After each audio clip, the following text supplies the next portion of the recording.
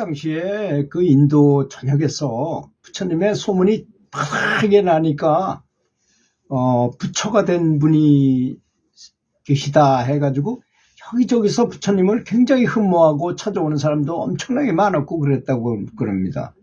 그런데 정반왕이라는 그 큰 나라의 왕이 수차례 사신을 보내서 부처님을 뵙기를 부처님이 좀 오시게끔 저희들이 마차도 준비하고 모든 걸 다 준비하실 테니 저희들 나라에 한번 방문하셔가지고 제발 좀 법문을 좀 해주십시오. 이렇게 수차례 걸쳐서 청했다고 합니다. 그래서 마지못해서 부처님께서 그 마차를 타시고 하루는 이제 법문을 하러 가셨다고 합니다. 그랬더니 그 가족들 일가와 7만 명이라는 대중들이 모인 가운데서 부처님이 법문을 하셨다고 합니다. 그래서 이제 그 보통 평범한 사람들에게 어떤 방법으로 가르칠까를 고민하셨을 거 아니겠습니까? 그래서 가장 좋은 방법, 쉽고 빠르고 틀림없는 공중된 방법, 가장 좋은 방법을 선택하신 것이 바로 연불을 해서 극락세계에 가는 것이 성불을 하는데 가장 빠른 길입니다. 라고 말씀해 주셨다고 합니다. 그렇잖아요. 연불, 그 층차를 다 넘어서 이렇게 가기는 어렵기 때문에 일단 죽어서 우리의 영가가 바로 반야영선에 올라타서 극락으로 가기만 하면 극락학교는 9학년까지 있다 그랬잖아요. 유치원서부터 박사과정까지 참 아홉 군데나 되는 그런 구품 연화대가 있다 그래요. 그걸 하나씩 다 통과하면 결국은 성불까지 가게 해준다는 것이 바로 극락학교 아닙니까? 극락학교에 입학을 해야 된다는 것이죠. 이렇게 말씀하시니까 정반왕이 질문을 했어요. 진리를 바로 깨달으면 성불을 하는데 왜 하필 연불 법문을 가르치십니까? 하고 물었어요 부처님께. 그래서 부처님께서 답하시기를 보통 범부로서 진여 자성을 얻어 성불을 한다는 것은 좋기는 하지만 너무나 어렵습니다. 지극히 어려운 일이기 때문에 제 밑에서 이렇게 공부하는 사람도 그리고 그걸 담성한 사람이 그렇게 많지 못하는데요. 이걸 한 번에 이걸 달성하기가 그렇게 너무 어렵습니다. 그래서 연불해서 성불하라고 좀 쉬운 방법으로 성불하라고 한 것입니다. 라고 대답하셨다는 것입니다. 그래서 정반왕이 그렇다면 그 연불의 공덕이 얼마나 되길래 그렇습니까? 하고 이제 물어봤어요. 부처님이 말씀하시기를 만약에 누군가가 지극정성으로 연불을 하면 그 사람은 당연히 극락세계에 가게 되고 또 극락세계에 가게 되면 탐진치 삼독이잖아요. 이게 삼독심이 뭡니까? 탐, 욕심내는 거, 진, 화내는 거, 치, 어리석은 거.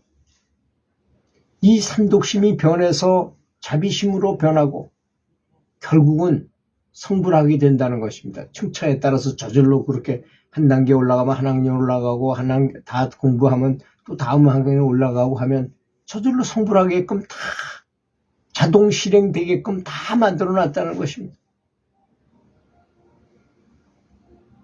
그래서 지극정성으로 여기에 지극정성이 그 지극이란 말은 그럼 빼고 정성을 다해서 지극정성이나 뭐 정성을 다한다는 말이나 똑같은 말이죠. 정성을 다. 그래서 어떤 분이 스님께 물어봤어요. 스님, 연불을 어떻게 하면 됩니까? 그랬더니 스님이 답이 정말 멋있었죠. 정성껏 하면 됩니다. 그죠? 부처님 대답도 그렇잖아요. 지극정성으로 하시면 된다 이겁니다. 정성을 다해서 하면 된다 이겁니다. 근데 정성을 안 들은 건 어떤 건가요? 연불 하면서 딴 생각하고, 딴 사람 만날 궁리하고, 뭐 사업 설계하고, 이런 분들은 제대로 연불을 하는 건 아니겠죠. 그렇지 않습니까? 그래서 지극정성으로 부처님께 의지하고, 바른 원을 세워서, 목표를 바로 세워서 실행하면 성불이 가능하다고 분명하게 말씀하셨다는 것입니다. 아주 분명하게. 한번 생각해 보세요. 7만 명이나 되는 대중들 앞에서 부처님께서 말씀을 하시는 중이에요. 이렇게. 그때 왕이 물어봤어요. 정반왕이라는 왕이, 그 큰 나라의 왕이 물어봤어요. 그랬더니 이렇게 답변을 하셨다는 것입니다. 지극정성으로 부처님께 의지하고 목표를 세워서 내가 극락왕생하겠다는 목표를 세우고 결국은 성불을 하겠다는 목표를 세워서 연불을 정성껏 하면 성불이 가능하다고 하셨습니다. 우리가 다 아는 아미타불이 되기 전에 법장 비구 시절에 법장 스님일 때, 아미타불이 법장 스님일 때 48 발언을 여러분들은 잘 아실 겁니다. 그래서 첫 번째가 내 나라에 나는 내 나라에 오는 모든 사람들은 악도에 다시 가지 않는다는 것, 윤회하지 않는다는 것입니다. 하여튼 극락학교에 입학만 하면 절대로 다시 윤회하는 일은 없다 이거입니다. 둘째는 극락학교에 입학한 사람은 육신통을 구족한다 그랬어요. 육신통이 뭡니까? 하늘의 소리를 듣고 천안이 열리고 신족통이 생겨서 축지법을 써서 하루 만에 저 외국을 갔다 올 정도로 빠르게 되고 여러 가지 그런 신통을 할 수 있게 하는 걸 말하는 거잖아요. 육신통을 다 할 수 있게 된다. 또 내 나라에서 나기만 하면 극락학교에 오기만 한다면 모두 정정치에 들어 결정코 성불한다고 하셨습니다. 이렇게 아주 확실한 것이 바로 연불이라는 사실을 알아야 됩니다. 사실 당시에 그 불교가 성행하면서 많은 사람들이 불교에 공부하는 방법 여러 가지 많이 알고 있을 당시잖아요. 이때도 부처님께서 45년 동안이나 계속 법을 설하셨기 때문에 소문이 나가지고 어떤 방법이 있고 누구는 깨달았고 이런 소문이 많이 났을 때인데 그 정반환이라는 왕이 부처님을 모셔다가 물어보니까 7만 명 앞에서 법문을 하시는데 연불법이 가장 좋습니다. 지극정성으로 연불하면 다 성불할 수 있습니다. 극락학교에 입학만 하면 다 순서 있게 해서 할 수 있습니다. 이렇게 공인하면서 확실하게 말씀을 하셨던 것입니다. 우리는 이 사실을 믿어야 됩니다. 저도 참선을 무자화들을 들면서 참 꽤 오랫동안 해봤습니다. 저는 큰 높은 경지를 얻지 못한 것은 분명한 사실인 것 같아요. 열심히 나름 하긴 했는데 그게 안 맞았는지도 모르죠. 참선이 저한테는. 저는 무자화들을 들었지만 나름 열심히 했는데 가끔씩 가다 거울을 보면 이렇게 제 몸 있는 데가 금빛으로 쫙 빛나는 그런 모습을 봤지만 제가 화투를 타파했거나 어떤 이렇게 뭉치 같은 거는 뭉쳐졌지만 의단이 뭉쳐지긴 했지만 그런다고 그걸 타파해가지고 무슨 경지를 이루지는 못했습니다. 그러고 나서 도교인 그 중국 기공을 배우게 됐어요. 거긴 굉장히 심도가 있는 여러 가지 방법이 있습니다.